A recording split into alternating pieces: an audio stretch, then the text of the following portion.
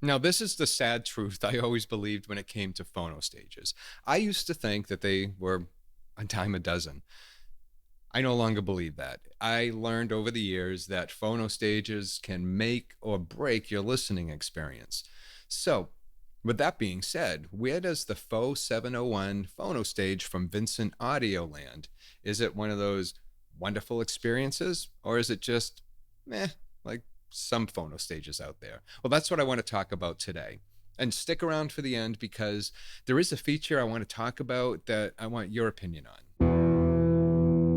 Years ago, back before I began my journey to improve sound, and I'm talking decades when I was, very young, just a kid.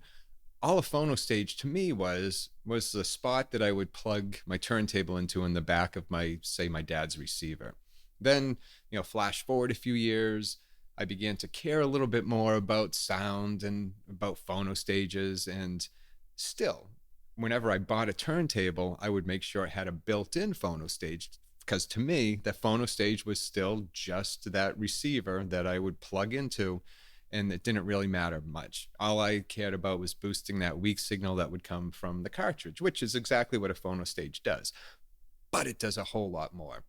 And before I get to that, I do want to tell you about today's sponsor because you will love it. Now, check this out. These beautiful and functional record storage consoles are handmade in the US by Sidetracked Workshop. They're all high quality, they're sturdy wood construction, has a modern mid-century design, and depending on the console, it can hold both your record collection and also your turntable. These consoles are shipped for free in the US and they arrive fully assembled. That still amazes me, that they arrive fully assembled. You don't have to put anything together, except you put the feed on, you just screw the feed on, and then that's it. You're good to go. And Sidetracked Workshop was kind enough to offer a 15% discount to viewers of this video, meaning you. All you have to do is pop the code in at checkout, which you'll find in the description, and that's it. Now back to what we were talking about, phono stages. When I bought my first external phono stage, it was because I was curious, and it wasn't an expensive one. It was fairly cheap, but it did change how I viewed phono stages because it blew away any of the phono stages I ever had or experienced that were built into my previous turntables. Now I think of a phono stage like a translator that speaks the language of your speakers. Some translators do a better job at others at describing what the listening experience should sound like. And really good translators understand the little nuances that are inherent in the language being spoken. A phono stage is a preamp that does one thing.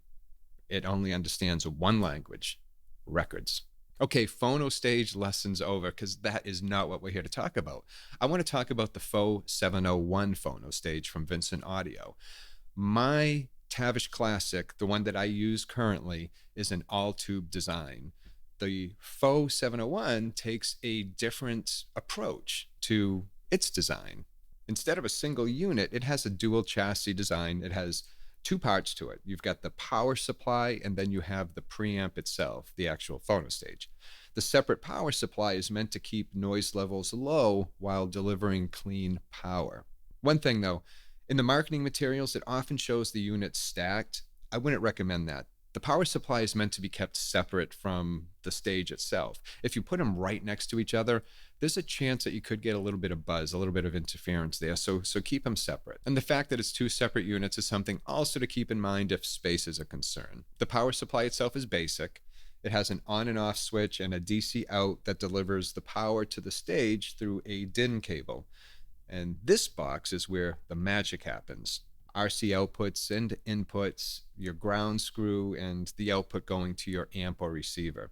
And you also have the ability to switch between a moving magnet cartridge or a moving coil cartridge. And there's also this little button here for the lamp. No, not that kind of lamp. This lamp. See that beautiful little tube there? See how pretty that is? That warm glow isn't just the tube. It has a lamp inside to accentuate the glow, which you can adjust with the switch and back if you'd like a more subtle glow or no glow at all. It's really an aesthetic thing, and I actually keep it on when I use it. Setup is really easy. After everything is plugged in, all you have to do is turn the power supply on and you're good to go. When you first receive it, it's advisable to give it some time to settle in. When it came in, it was brand new, so I gave it a full day to warm up before I listened with a critical ear. You can also adjust the settings for your moving magnet cartridge or your moving coil cartridge, and I'm not going to get into all of those because there's a lot of different options. Just know that you can adjust for capacitance and all that on the bottom. So let's talk about the tube because I love tubes. It has a single 12AU7 tube, and this unit came with a PS vane tube. I was a little surprised because I expected a JJ tube. JJ tubes seem to be the go-to tube these days, or the go-to stock tube these days, but the PS vane is an excellent choice. Now, one thing to note, unlike the Tavish Classic that I'm currently using, the Tavish Classic being an all-tube signal path, the PHO-701 has two stages. It's a hybrid. It has a tube stage. I said phono stage. Has a tube stage and a solid state stage.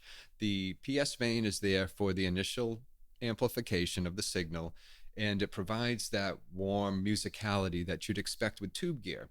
The solid state components provide the power efficiency and the precision that you often get with solid state.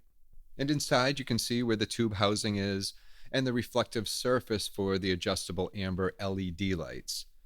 Also, there's two sounder capacitors on the tubes board, and you have point-to-point wiring, which you can see from the jacks in the back to the tube for the input stage. It's all very well organized and engineered, but I was extremely curious to see how it sounded compared to my Tavish Classic because I'm a geek when it comes to tubes.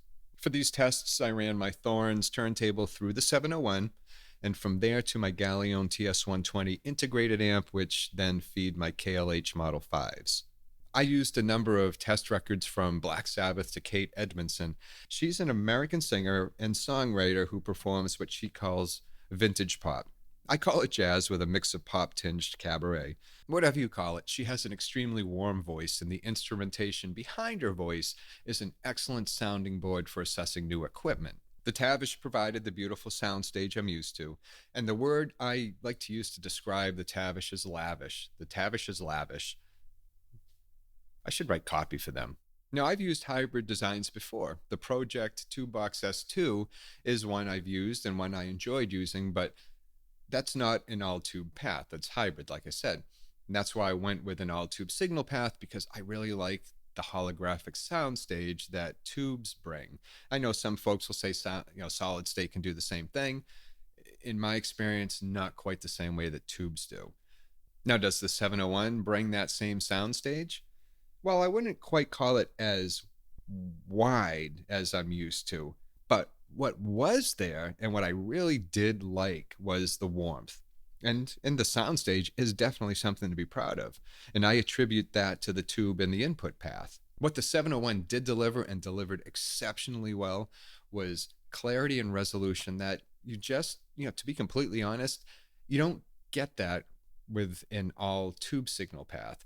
It's different. It's all about preference. And that's what I do like about the PHO-701. That's what I do like about it. You've got kind of the best of both worlds.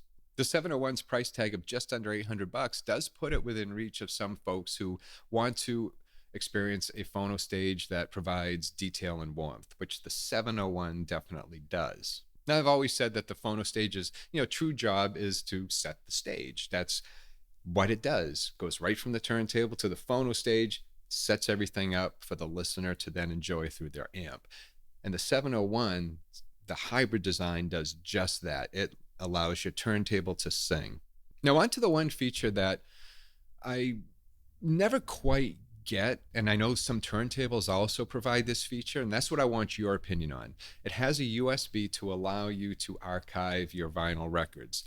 Now, for me, this is just me, and I know there are folks that will disagree with me on this, and that's why I love doing this and why I love the conversation in the comments. For me, it's like taking a filet mignon, transferring it to vinyl to digital. It's like taking a filet mignon and sticking it in the microwave. So I don't quite get that feature, and I want to know what you think. Do you use it? Do you use it to archive your records? And if you do does it sound just as good to you when you listen to those archived digital records or digitally archived records?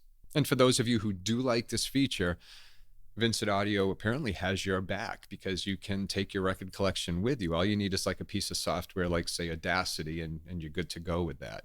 So, let me know what you think. And if you're also curious about a turntable that would work well with the PHO-701, check out this video on the Fluence turntable that I reviewed just recently.